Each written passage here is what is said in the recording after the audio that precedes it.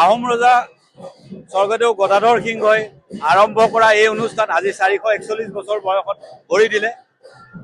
আহোম ৰজাই যিহেতু এখন গুপ্তকাশী বিশ্বনাথ দেৱালয়, তেওঁ নদীৰ মাজৰ বিশ্বনাথত মাত্ৰ 6 মাহ পূজা হৈছিলে, কাৰণ 6 মাহ পানীৰ তলত থাকে আৰু 6 মাহ ওপৰত থাকে।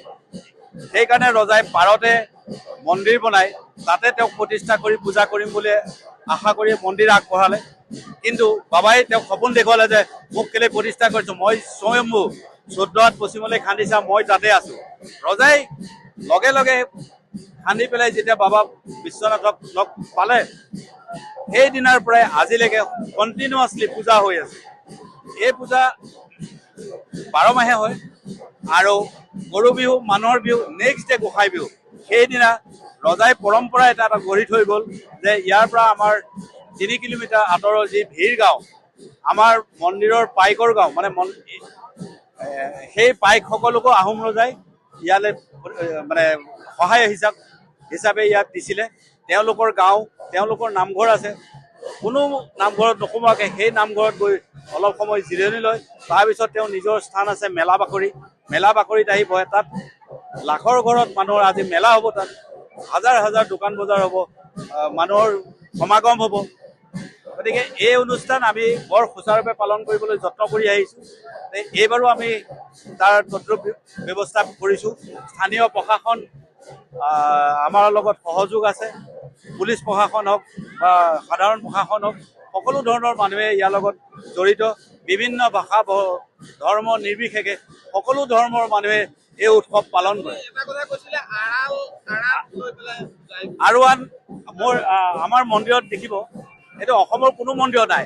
আৰৱানৰ প্ৰথা, আৰৱান মানে ৰজা যেতিয়া ওলাই যায় পিছফালে দোলা ধৰে, এনেকে 3খন আৰৱান লয়। আৰু তেওঁৰ মন্ত্ৰীসকল বুঢ়া গোসাঁই, বৰ গোসাঁই, বৰপাত্ৰ গোসাঁই গ'লে এখন, আৰু বিশ্বনাথ গোসাঁই যেতিয়া ওলাই যাব তেতিয়া 7খন আৰৱান লৈ যায়।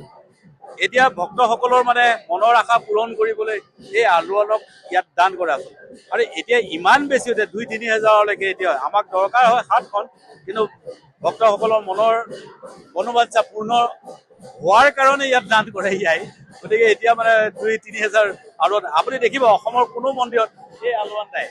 আৰু এতিয়া হাজাৰ হাজাৰ আৰৱান উঠিছে। আপোনালোকে অসমৰ ৰাইজক দেখুৱাওক। আৰু মই এই সুযোগতে পুনৰবাৰ অসমৰ ৰাইজলৈ আজিৰ বিহুৰ শুভেচ্ছা জনাইছোঁ। আশা কৰিছোঁ আগন্তুক দিনত আমাৰ মন্দিৰলৈ আহি দৰ্শন কৰি আমাক, নিজৰ পৰিয়ালক কৃতাৰ্থ কৰাৰ লগতে দেশৰ হকে মংগল হয়। ধন্যবাদ। নিশ্চিতভাৱে সৌভাগ্যৱান, কাৰণ আমি এই পৰম্পৰাৰ অংশীদাৰী হ'ব পাৰিছোঁ। কাৰণ এই পৰম্পৰাই বিশ্বনাথ ঘাটৰ পৰিচয়, বিশ্বনাথৰ পৰিচয়। আমি বিশ্বনাথ বাবাক লৈ আমাৰ এই বিশ্বনাথ সমগ্ৰ বিশ্বনাথবাসী ৰাইজে আজি সদায় গৌৰৱ কৰি আহিছে। আমাৰ মূল অনুষ্ঠানসমূহৰ ভিতৰত এটা সকলোতকৈ গুৰুত্বপূৰ্ণ মাংগলিক অনুষ্ঠান আজিৰ এই অনুষ্ঠান গোসাঁই বিহু। গোসাঁই বিহুৰ দিনটো অতি পবিত্ৰ মাংগলিক অনুষ্ঠান।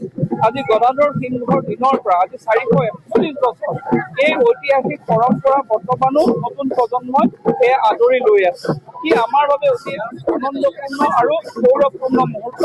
সকলোৱে এই মুহূৰ্তত যদি এবাৰ আশীৰ্বাদ পায়, জীৱনৰ সাৰ্থক মুহূৰ্ত। তো আমি সকলোৱে ইয়ালৈ আহিছোঁ আশীৰ্বাদ বিচাৰি, আৰু বাবাক এই মুহূৰ্তমানৰ পিছতে ইয়াত ভ্ৰমণ কৰিব। গিৰ গাঁৱলৈ যাব, গিৰ গাঁৱৰ পৰা বাকৰি লৈ যাব, বাকৰিৰ পৰা পুনৰ ঘূৰি আহিব।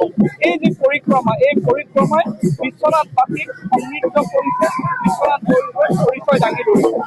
আজিৰ অনুষ্ঠানত সকলো ৰাইজক বিনম্ৰতাৰ অনুৰোধ, সকলোৱে অংশগ্ৰহণ কৰক পুনৰ এবাৰ, আৰু বিশ্বনাথৰ ঐতিহ্য পৰম্পৰাক ভৱিষ্যতৰ প্ৰজন্মৰ বাবে আগবঢ়াই লৈ যাওক।